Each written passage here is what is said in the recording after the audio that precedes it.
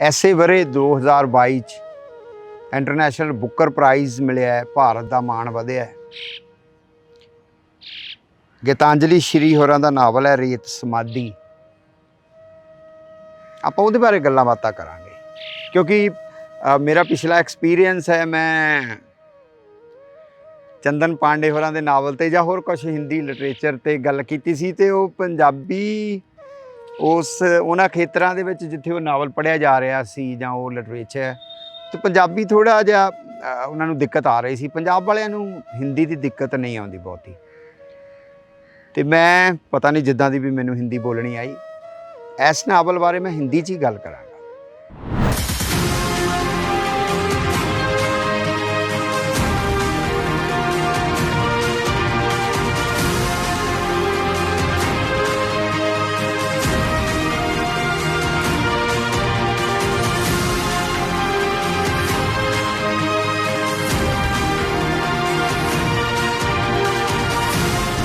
हाजरा दोस्तों, मैं देसराज काली, बरकतां web TV देख रहे हो तुसी। और अज संडे वाला सस्सा साहित प्रोग्राम है। साहित वाले प्रोग्राम च असीं साहित दीयां गल्लां करदे हां, कुछ किताबां बारे गल्लां करदे हां। अज मैनूं लगदा अज ही नहीं, मैनूं 2-4-5 दिन इहदे ते काम करना पएगा। आपां लगातार ही करांगे। आपां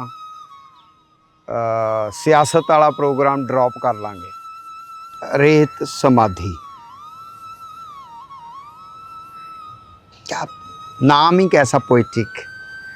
गीतांजलि श्री होरां दा नावल है। हिंदी दे बड़ा एक सत्कारयोग सम्माननीय नाम है गीतांजलि जी का। रेत समाधि इंट्रोडक्शन के तौर पर आज छोटी सी जानकारी या इस नावल को कैसे पढ़ा जा सकता है, या पढ़ा भी जा सकता है या नहीं, सिर्फ देखा जा सकता है या सूंघा जा सकता है इसे, या सिर्फ महसूस किया जा सकता है। लिखा तो जा ही नहीं सकता ऐसा नावल। क्या है ये रेत समाधि, फॉर्म क्या है? मुझे ऐसे लगा जैसे इस नावल को पढ़ने के लिए पाठक को रेशमा जो हमारी सूफी गायिका हैं, उनकी आवाज़ जैसे रेगिस्तान में गूंज रही है। आवारा, आज़ाद। पाठक ऐसे किसी आवाज़ के पीछे महसूस करता है खुद को। ये कहाँ से आ रही थी? अभी तो आवाज़ इधर से आ रही थी, अभी कहाँ चली गई? कोई बंदिश नहीं है। मुझे लगा कि आर्ट की किसी भी फॉर्म, लिटरेचर, बंदिश तोड़ना ही तो है। कुछ लोग कहते हैं रिदम, मैंने कहा रिदम तोड़ना है, या रिदम तोड़ना है या नहीं, यू कांट, आप डिटरमिन नहीं कर सकते। आप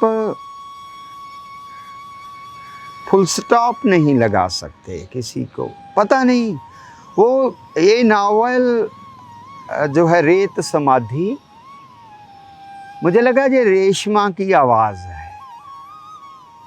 और इसमें राइटर, पाठक, पात्र जो हैं, कैरेक्टर्स जो हैं, मुझे कुरोसावा's ड्रीम्स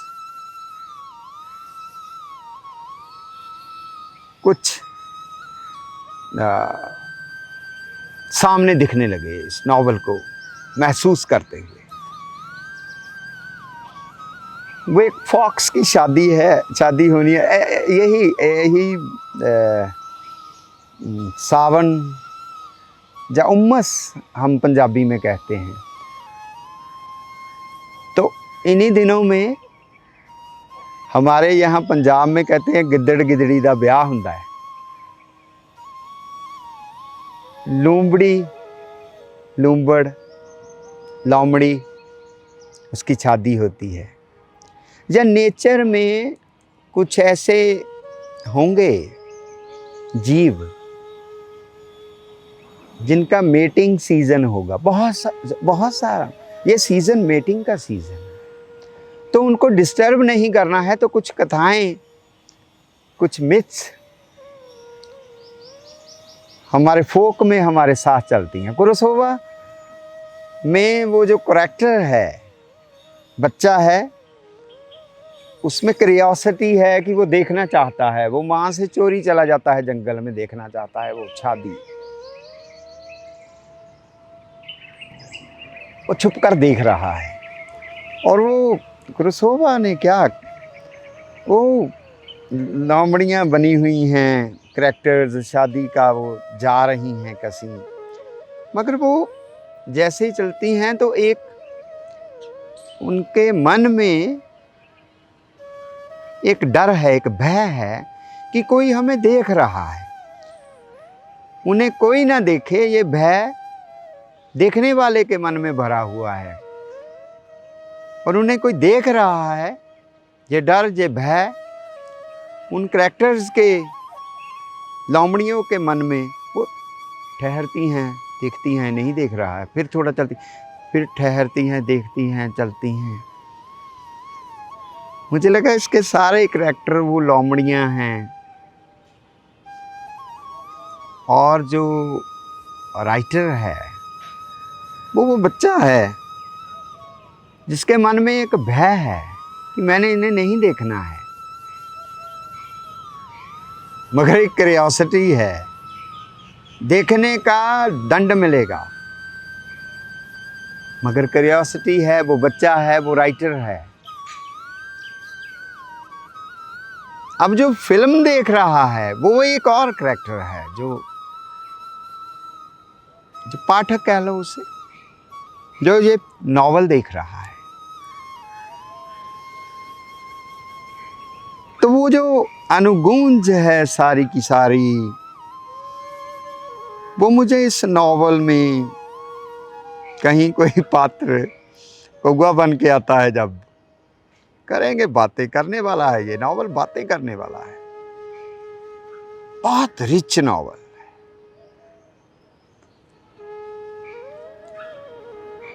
नॉवल शुरू ही नहीं होता,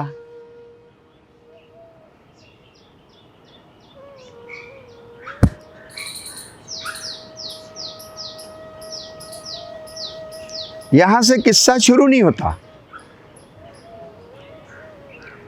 और आप दंग रह जाएंगे। वहां जो एक बीज है,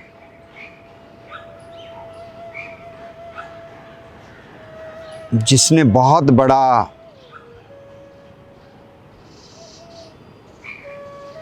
बरगद बनना है, वो सरहद के आर पार का है, एक हवा में है,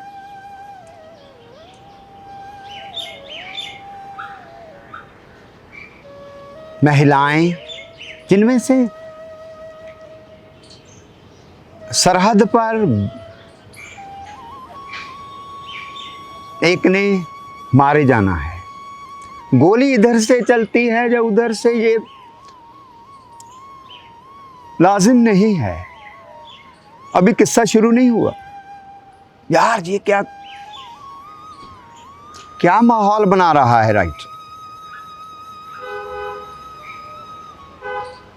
क्या कह रहा है। और बहुत बड़ी बात, किस्सा शुरू नहीं हुआ, इतनी बड़ी बात, इतना बड़ा बीज कि तब अगर मरना है तो औंधे मुंह नहीं गिरना है, पीछे को गिरना है, आंखों में आसमान लिए हुए, आसमान आंखों में लिए हुए।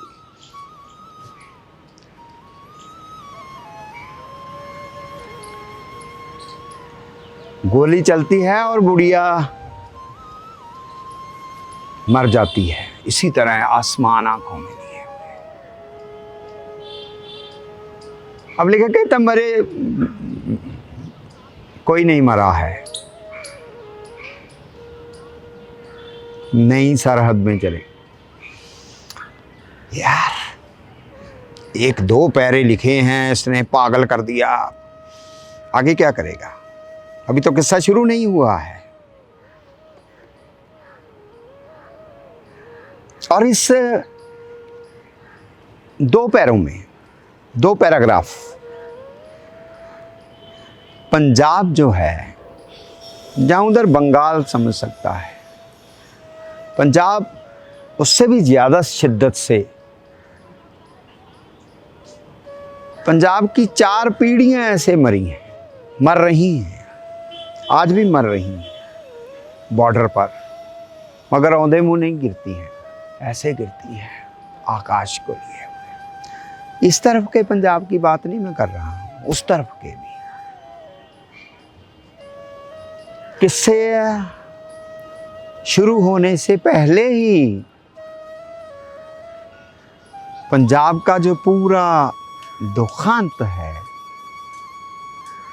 जिसे मैं समझना चाह रहा था, मैं तो उस पीढ़ी से को बिलोंग नहीं ना करता, मुझे कोई रचना मिल नहीं रही थी। 2 पैराग्राफ ने मुझे बता दिया। गीतांजलि श्री जी के रेत समाधि के 2 पैराग्राफ, एक छोटा सा चैप्टर ऐसे गिरता है।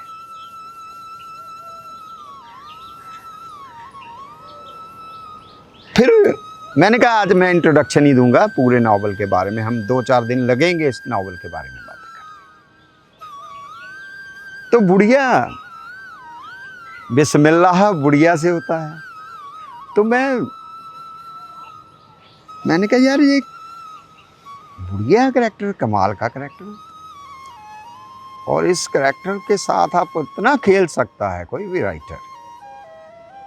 छोटा सा करैक्टर है, तहमीना दुर्रानी जी का नावल है, वो पंजाबी में ट्रांसलेट होकर कुफर के नाम पर प्रकाशित हुआ।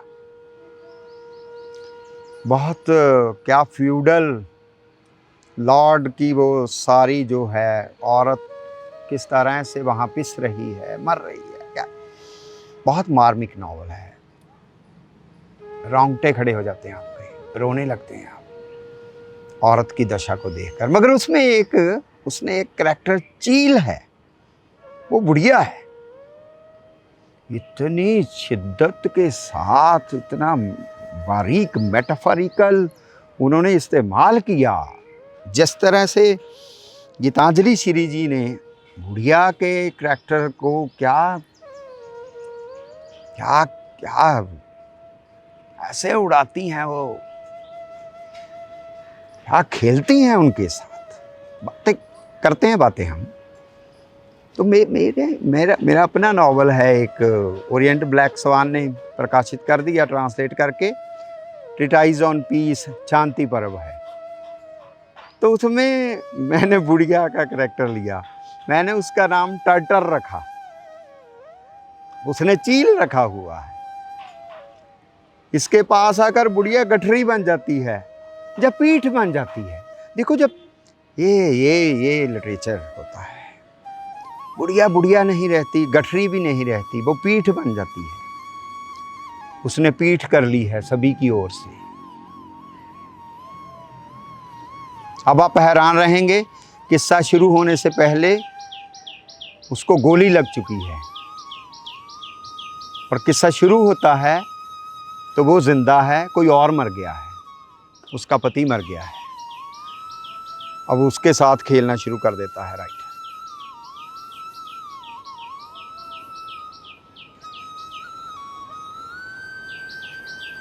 उसका पति मर गया है और उसके बाद बुढ़िया गठरी हो गई है। फिर धीरे धीरे इस नावल के कुछ करैक्टर्स आने शुरू होते हैं। पोता, पंजाबी वाले पोता बोलते हैं, ग्रैंडसन, बुद्ध वो आ रहा है, उसकी बिटिया आ रही है, बहन, और जो बहन आती है, एक पैराग्राफ, 2 पैराग्राफ, दैट्स इट, उसे कीड़े दिखाई देते हैं सभी, उसको हवाई उड़ानों से नफरत है, वो उड़ान ही में ही है। और वहाँ जो हाजिर हैं सभी कीड़े हैं। कीड़े देख रही है, सारे कीड़े देख रही है।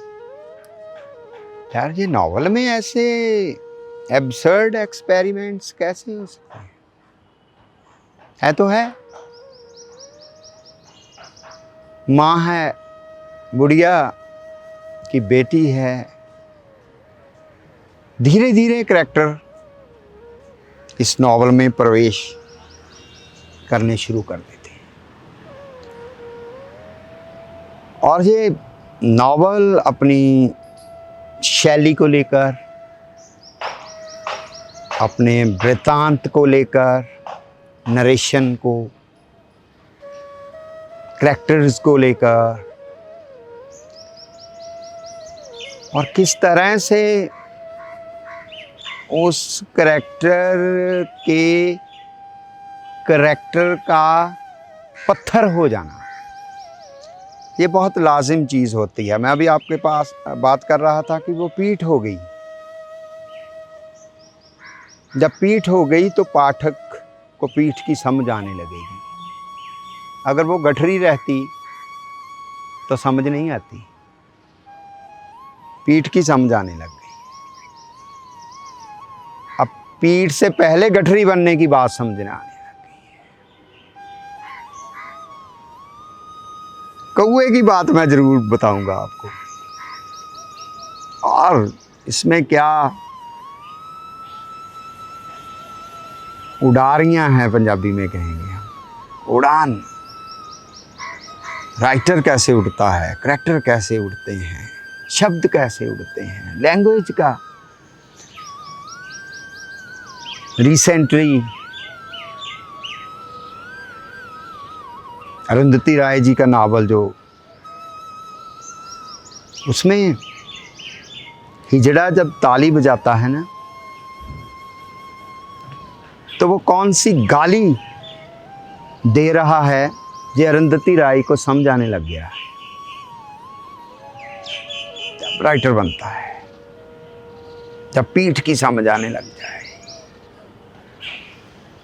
बहरहाल मैं पंजाबी पाठक के मन में, हिंदी पाठक के मन में एक उत्सुकता, क्यूरियोसिटी ही छोड़ना चाहता हूँ आज के दिन। कल से लगातार 4-5 दिन हम इसी नावल पर, और इसकी जो जुगतें हैं, जो टेक्निक्स हैं, जो मैं लैंग्वेज की बात कर रहा था, उस पर हम बातचीत करेंगे, लगातार बातचीत करेंगे। और इसका आज की, मैंने कहा हम पॉलिटिकल जो हमारा प्रोग्राम होते हैं मंडे से फ्राइडे, वो छोड़ देंगे, उसकी जगह हम लिटरेरी देंगे। मगर ये पॉलिटिकल है, कोई भी बात अपॉलिटिकल नहीं होती, ये डायरेक्ट पॉलिटिकल है। और आज की पॉलिटिक्स में, इसमें पहले 2-3 पैराग्राफ में ही भक्त आ गया है शब्द। तो गीतांजलि श्री बहुत सतर्क रहने वाले, अलर्ट जिसे बोलते हैं, वो राइटर हैं। उनका बहुत सारा लिटरेचर पढ़ा हुआ है, उसकी भी बीच बीच में बात करेंगे। आज सिर्फ इतनी बात कि आप मेरे साथ चलना है तो रेत समाधि ले लीजिए गीतांजलि श्री जी का। और ये राजकमल पेपरबैक्स में है। आपको अमेज़ॉन पर भी मिल जाएगा, आपके आसपास दुकानों पर भी मिल जाएगा। अगर एक आध दिन में ले लें तो साथ साथ चलेंगे, आपको भी मज़ा आएगा, मुझे भी मज़ा आएगा। मिलते हैं कल फिर। Thank you very much.